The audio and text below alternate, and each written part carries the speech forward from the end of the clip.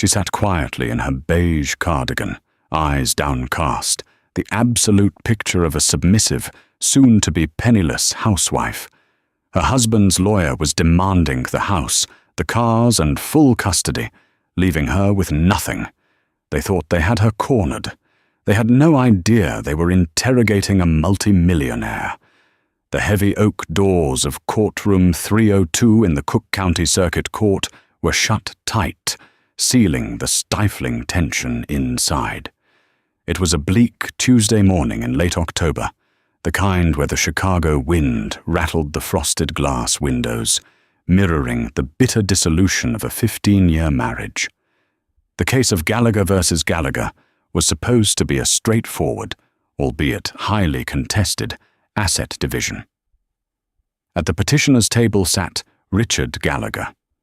Impeccably groomed, jaw set in a rigid line of entitlement, he wore a custom-tailored navy suit that practically screamed his title. Senior Vice President of Acquisitions at Harrison and Hayes Financial.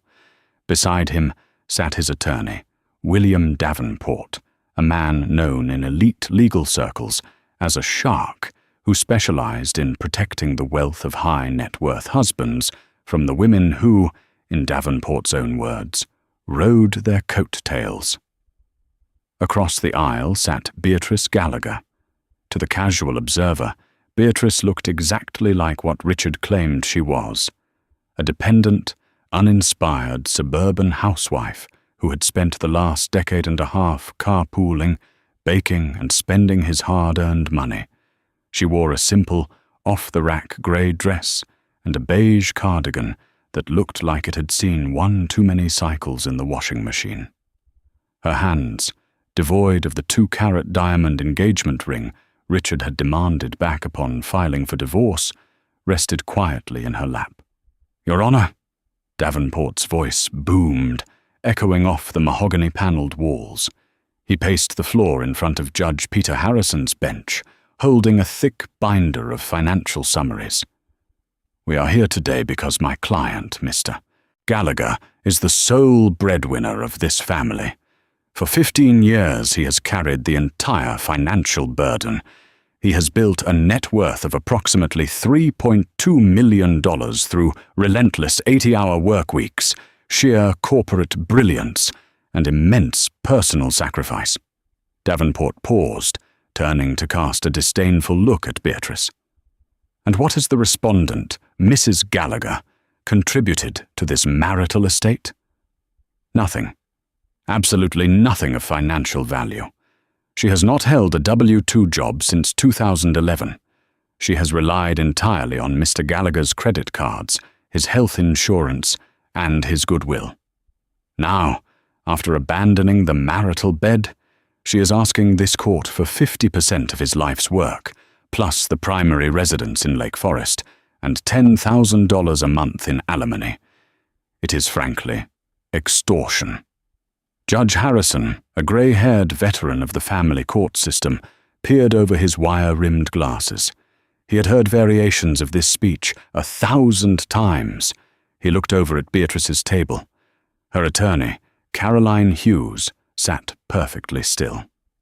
Caroline was a relatively young, fiercely intelligent lawyer who ran a boutique family law practice. Richard had laughed out loud when Beatrice hired her, calling her a discount strip mall lawyer. "Mr. Davenport," Judge Harrison rumbled, "the law in Illinois is clear on the equitable division of marital assets, regardless of who brought home the paycheck. A spouse's contribution to the household is recognized." "Understood, Your Honor," Davenport replied smoothly. "But we are arguing for an unequal distribution in favor of my client, due to the respondent's gross financial negligence. We have credit card statements showing Mrs. Gallagher's frivolous spending over the last 3 years. $400 at Williams-Sonoma, $200 at a local nursery. Meanwhile, my client has been securing their future. We ask that the marital home be sold, the proceeds split 60-40 in Mr. Gallagher's favor, and that alimony be capped at a transitional period of 2 years. Richard leaned back in his chair, a faint, victorious smirk playing on his lips. He looked at Beatrice, expecting to see the familiar panic he had spent years cultivating in her. He had systematically stripped her of her confidence, telling her repeatedly that without him, she would be destitute, working a minimum-wage job, unable to provide for their 12-year-old twins, Leo and Mia. He had filed for divorce the moment his much younger colleague, a 26-year-old analyst named Sarah Jenkins, told him she was pregnant. Richard wanted a clean slate, a new life, and he wanted it on the cheap. But Beatrice didn't look panicked. She didn't look like she was on the verge of tears. She simply sat there, her posture surprisingly straight, her dark eyes fixed on the judge. "Does the respondent have an opening statement?" Judge Harrison asked, looking toward Caroline Hughes. Caroline stood up, smoothing the front of her modest blazer. She picked up a single, thin manila folder, a stark contrast to Davenport's mountain of binders. "Yes, Your Honor," Caroline said, her voice clear and measured. "Mr. Davenport has painted a very specific portrait today. He has described a brilliant, hard-working husband and a helpless, dependent wife. He claims Mr. Gallagher's $3.2 million estate is the sole financial pillar of this marriage." Caroline stepped out from behind the desk, walking slowly toward the center of the room. "We do not dispute Mr. Gallagher's work ethic. We do not dispute that he earned exactly what he claims to have earned. In fact, we are perfectly willing to let Mr. Gallagher keep 100% of his W-2 income, his pension, his stock options at Harrison and Hayes, and the Lake Forest house." A stunned silence fell over the courtroom. Richard's smirk vanished, replaced by a deep furrow between his brows. He shot a confused glance at Davenport, who looked equally bewildered. Davenport had prepared for a vicious fight over the house and the pension. To have it surrendered in the first 10 minutes was unheard of. Judge Harrison frowned, leaning forward. "Counselor, did I hear you correctly? Your client is waiving her claim to the primary residence, the pension and alimony?" "She is, Your Honor," Caroline replied calmly. "Mrs. Gallagher has no need for Mr. Gallagher's money. We are only asking for one thing: the enforcement of the standard equitable distribution law applied to all marital assets. We simply ask that the court divide the entirety of the marital estate 50-50. Davenport let out a short, incredulous laugh. "Your Honor, this is a stunt. If she's waiving her right to his core assets, what exactly does she think she's splitting? The minivan?" Caroline turned to Davenport, a cool, polite smile on her face. "No, Mr. Davenport. We are asking to split the assets that my client, Beatrice Gallagher, has generated over the last 10 years. Richard rolled his eyes, leaning over to whisper loudly to his lawyer. "She sells homemade jam at the farmer's market. She makes maybe $2,000 a summer.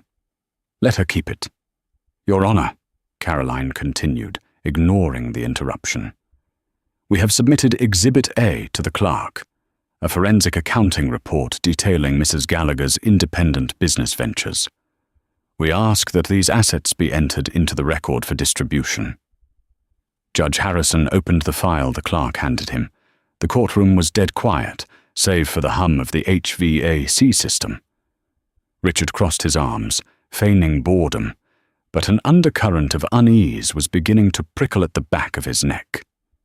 Beatrice was too calm, her lawyer was too confident. "Let the record show I am looking at Exhibit A," Judge Harrison stated, flipping past the title page. "A financial summary compiled by Mercer and Associates, a highly reputable forensic accounting firm." The judge raised an eyebrow, looking at Beatrice. Mercer and Associates was not cheap. Their retainers started at $25,000. How did a housewife with no income afford them? "Ms. Hughes," the judge said slowly. "Would you like to walk us through this?" "With pleasure, Your Honor," Caroline said. She pulled a document from her thin folder. In 2014, 3 years after leaving her position as a junior logistics manager to raise the couple's twins, my client noticed a massive inefficiency in the supply chain of local, independent grocers in the greater Chicago area. Utilizing a modest inheritance of $5,000 left by her late grandmother, a non-marital asset, Mrs. Gallagher quietly registered an LLC under the name Bluebird Consulting. Richard snorted audibly.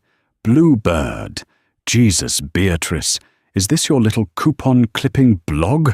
You hired an accountant for a blog?" Davenport put a restraining hand on his client's arm, but he too looked dismissive.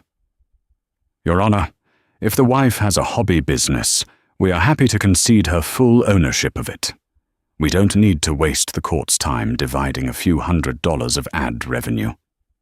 "Mr. Davenport, I suggest you let Miss Hughes finish," Judge Harrison warned, his eyes scanning the first page of the Mercer report.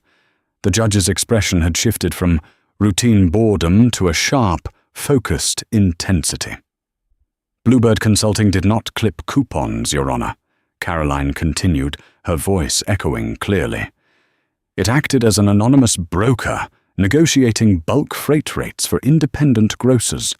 Because Mrs. Gallagher operated entirely remotely, utilizing encrypted emails and registered agents, her clients never knew they were dealing with a stay-at-home mother in Lake Forest. They only knew they were saving 15% on shipping." Caroline paced back toward Beatrice's table. By 2017, Bluebird Consulting was generating a net profit of $400,000 annually. But Mrs. Gallagher didn't spend this money. She knew her husband had very specific ideas about gender roles in their marriage. She knew that if she out-earned him, his pride would not allow it, and the marriage would suffer. "Objection!" Davenport shouted, standing up. "Relevance! Opposing counsel is testifying to my client's state of mind, which is pure conjecture." "Sustained," Judge Harrison said. "Stick to the financials, Miss Hughes." "Apologies, Your Honor. The point is, Mrs. Gallagher reinvested the capital. She dissolved Bluebird Consulting and transferred the capital into a new entity, a holding company registered in Delaware, a company named Oakhaven Enterprises." At the mention of Oakhaven Enterprises, Richard's posture shifted slightly. He was a finance man. He knew the name Oakhaven. They were a shadowy, aggressive private equity group that had recently bought up several prime commercial real estate plots in the West Loop. But there was no way. It was a coincidence, a shared name. "From 2018 to 2024, Caroline continued, her tone relentless, Oakhaven Enterprises engaged in strategic acquisitions of commercial real estate and distressed tech startups. My client, acting as the sole managing director under a corporate proxy, made all investment decisions from her laptop while her children were at school or late at night after her husband had gone to sleep." "This is absurd," Richard erupted, slamming his hand on the table. "She doesn't know the first thing about commercial real estate. She barely knows how to balance our shared checking account. Mr. Gallagher, another outburst like that and I will hold you in contempt," Judge Harrison barked, his gavel hitting the sound block with a sharp crack. "Your Honor, look at her!" Richard pointed a trembling finger at Beatrice. "She's a housewife. She's lying. This is fraud. They've forged these documents to scare me into a better settlement." Judge Harrison ignored him, turning a page in the Mercer report. His eyes widened slightly. He adjusted his glasses and looked closer at the page, then up at Beatrice, who met his gaze with absolute, unblinking calm. "Miss Hughes," the judge said, his voice dropping an octave. "According to the verified bank statements and property deeds attached to this forensic audit, Oakhaven Enterprises is currently valued at, is this number correct? "It has been verified by 3 independent appraisers, Your Honor," Caroline replied. Davenport, sensing the sudden shift in the room's gravity, rushed forward. "Your Honor, we demand to see this exhibit immediately. My client has a right to review any alleged assets." The clerk handed a copy of the binder to Davenport. Richard snatched it out of his lawyer's hands, his eyes frantically scanning the pages. He bypassed the legal jargon and went straight for the highlighted bottom lines on the final summary page. The courtroom held its breath. Richard's face drained of color. The arrogant, flushed pink of his cheeks vanished, replaced by a sickly, ashen gray. His mouth opened, but no sound came out. His eyes darted from the paper to Beatrice, then back to the paper. "For the record," Judge Harrison read aloud, his voice steady but laced with unmistakable shock. "The court notes the valuation of Oakhaven Enterprises, wholly owned by Beatrice Gallagher, at $48,600,000. Furthermore, liquid assets in the associated offshore and domestic accounts total an additional $12.4 million. Davenport looked like he had been struck by lightning. He slumped back into his chair, staring at the ceiling. Richard dropped the binder. It hit the floor with a heavy, deafening thud. "$60 million!" he choked out, his voice a barely audible whisper. He grabbed the edge of the table to steady himself, his knuckles turning white. "You have $60 million?" Beatrice finally spoke. Her voice was soft, melodic, and entirely devoid of the fear Richard had relied on for 15 years. "We have $60 million, Richard," she said gently, tilting her head. "Because, as your lawyer so eloquently pointed out, all assets generated during the marriage are subject to equitable division. Isn't that right?" The suffocating silence in courtroom 302 stretched into what felt like an eternity. The sheer magnitude of the number, $60 million, hung in the air like a physical weight, pressing down on Richard Gallagher until his broad shoulders physically slumped. He stared at the woman he had spent the last 15 years treating like a financially illiterate dependent. Beatrice's expression remained terrifyingly placid, a mirror reflecting his own sudden, paralyzing inadequacy. William Davenport was the first to recover. The seasoned divorce attorney possessed the survival instincts of a cornered predator. He violently cleared his throat, snapping his briefcase shut and straightening his tie. "Your Honor," Davenport began, his voice projecting a false bravado that fooled absolutely no one in the room. "If what opposing counsel claims is true, and the respondent has indeed been hoarding a $60 million fortune in shadowy offshore and domestic accounts, this entirely changes the landscape of this divorce." He turned to glare at Beatrice. "This is a classic case of financial infidelity. The respondent has deliberately hidden marital assets to defraud my client. Therefore, under Illinois equitable distribution laws, Mr. Gallagher is entitled to no less than 50% of Oakhaven Enterprises and all associated liquid capital. We will be filing a motion to secure $30 million, plus punitive damages for the egregious deception." Richard's head snapped up. The sickly gray of his complexion suddenly flushed with a feverish, desperate greed. The math clicked in his brain. $30 million. If Beatrice had genuinely amassed this fortune, he was about to become richer than the CEO of Harrison and Hayes Financial. His impending life with his 26-year-old pregnant mistress, Sarah Jenkins, wouldn't just be comfortable. It would be extraordinarily lavish. They could buy a penthouse on the Magnificent Mile. They could fly private. "She lied to me, Your Honor," Richard suddenly shouted, slamming his fist on the mahogany table, emboldened by his attorney's pivot. "For a decade, she played the victim. She let me pay for the groceries, the mortgage, the kids' private schools at Latin School of Chicago. She let me drain my accounts while she hoarded a fortune. I demand half. I earned that seed capital by keeping a roof over her head." Judge Harrison slammed his gavel. "Mr. Gallagher, I will not warn you again. Sit down and remain silent, or I will have the bailiff remove you, and you can listen to the rest of these proceedings from a holding cell." Richard sank back into his chair, chest heaving, his eyes burning with a mixture of hatred and intense avarice. Caroline Hughes let the echo of the gavel fade completely before she moved. She did not look flustered. She did not look intimidated by Davenport's threats. She calmly reached into her thin manila folder and extracted a single, crisp document bound by a heavy blue legal backing. "Your Honor," Caroline said, her voice cutting through the tension like a scalpel, "Mr. Davenport is absolutely correct about Illinois equitable distribution laws. Marital assets are typically divided fairly, and had things remained standard, Mr. Gallagher might indeed be entitled to a significant portion of Oakhaven Enterprises." Richard sneered. "Damn right I am."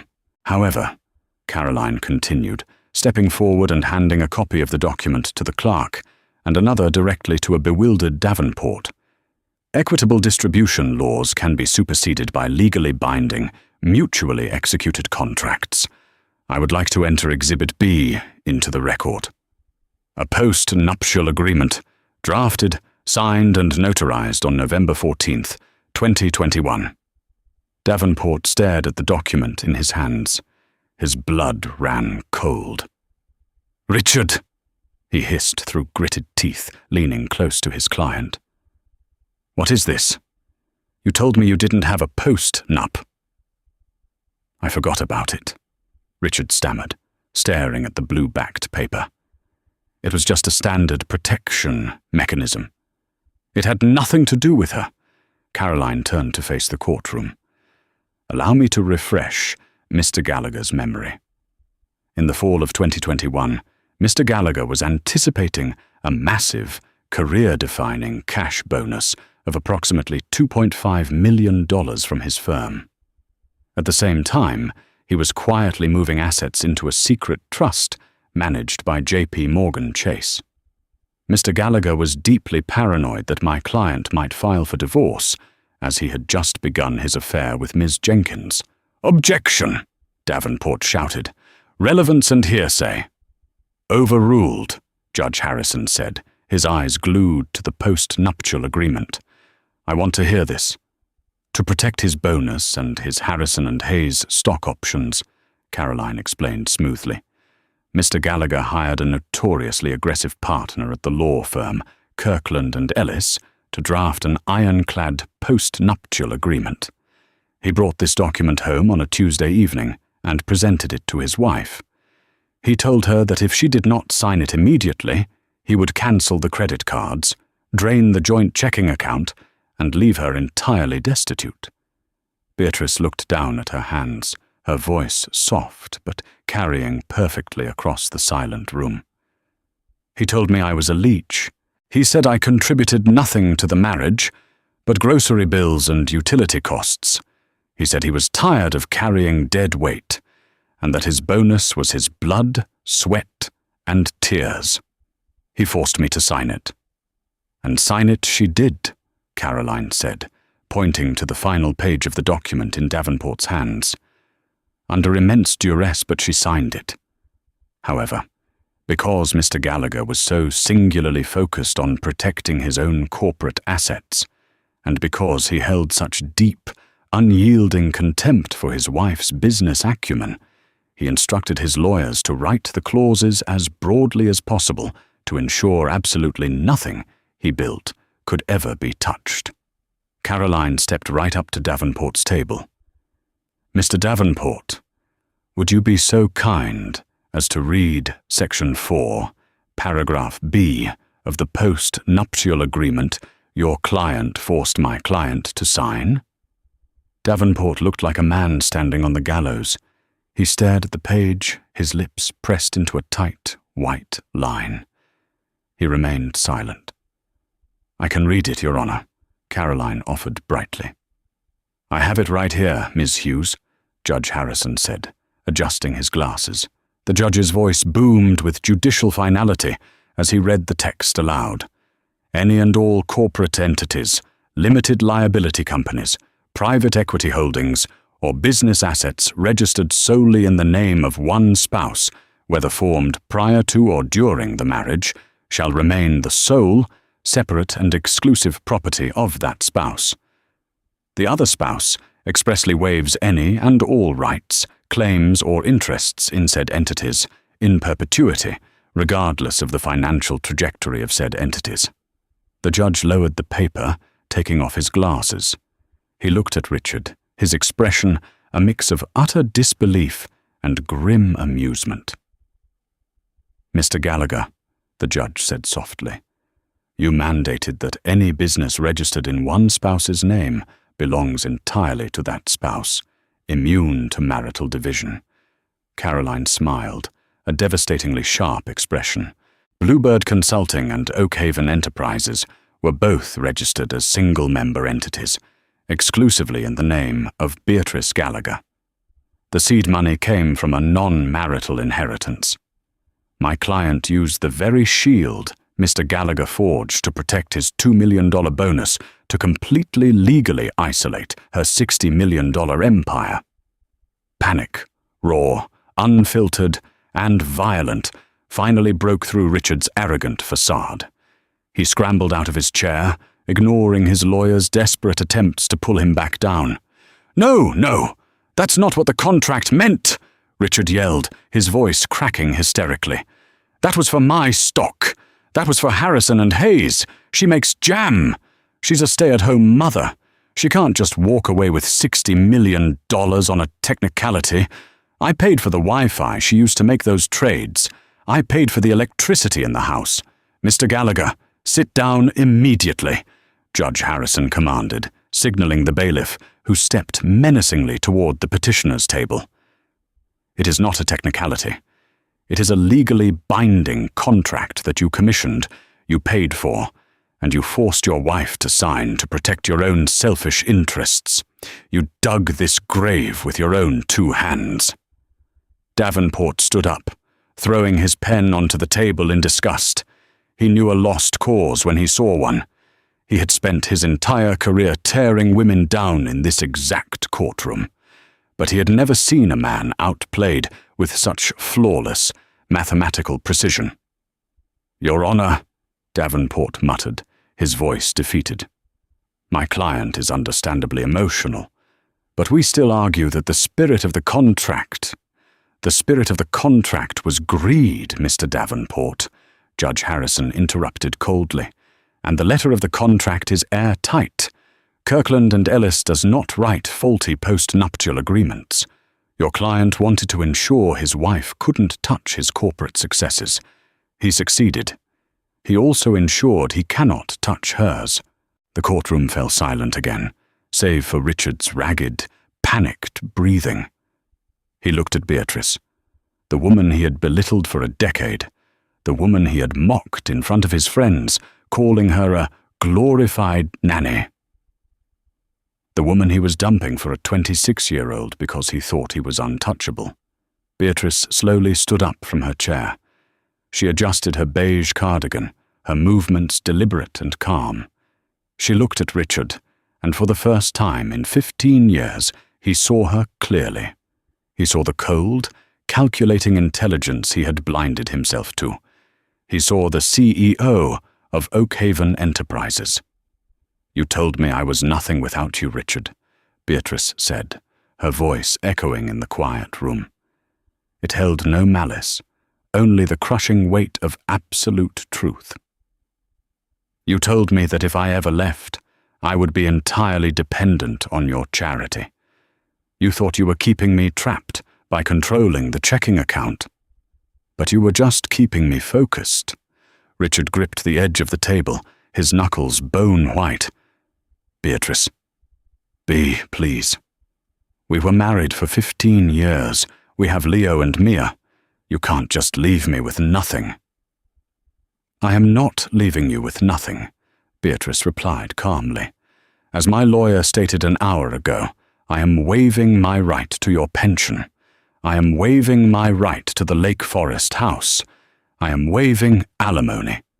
You get to keep your $3.2 million, Richard. You get to keep exactly what you built. And I will keep what I built, she turned to Judge Harrison.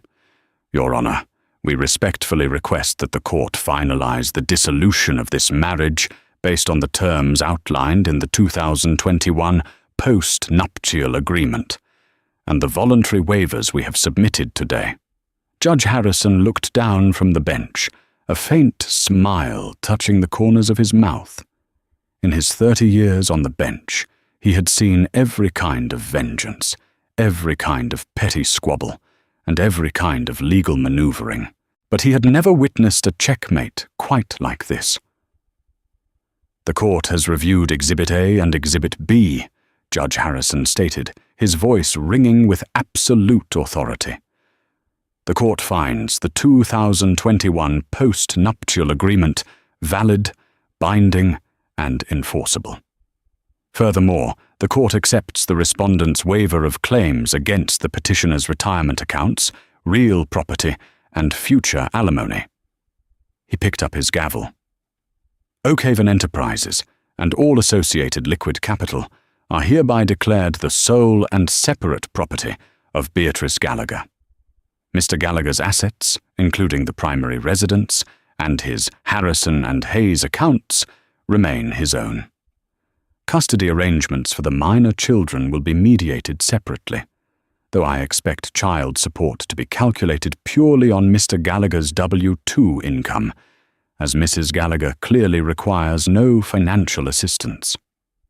Judge Harrison brought the gavel down with a resounding, final thwack. This marriage is dissolved. Court is adjourned. Richard collapsed into his chair, burying his face in his hands. A sob tore from his throat, a pathetic, hollow sound of a man who realized he had just handed away an empire to protect a fraction of its worth. Davenport didn't even look at him. The lawyer simply packed his briefcase, mentally calculating how quickly he could secure his retainer before Richard's life completely unraveled. Beatrice Gallagher didn't gloat. She didn't cheer. She simply picked up her beige handbag, thanked Carolyn Hughes with a warm handshake, and turned toward the heavy oak doors. As she walked down the center aisle, her posture perfect, her head held high, she didn't look like a housewife anymore. She looked exactly like what she was, a $60 million titan who had just closed the most profitable deal of her life. She pushed the doors open, stepping out of the stifling courtroom and into the bright, cold Chicago morning, ready to finally spend her money. If you were captivated by Beatrice's brilliant courtroom revenge, hit that like button and share this story with anyone who loves a good plot twist. Don't forget to subscribe to our channel for more jaw-dropping, real-life drama and true stories of justice served. What would you do with $60 million? Let us know in the comments below, and we will see you in the next exciting video.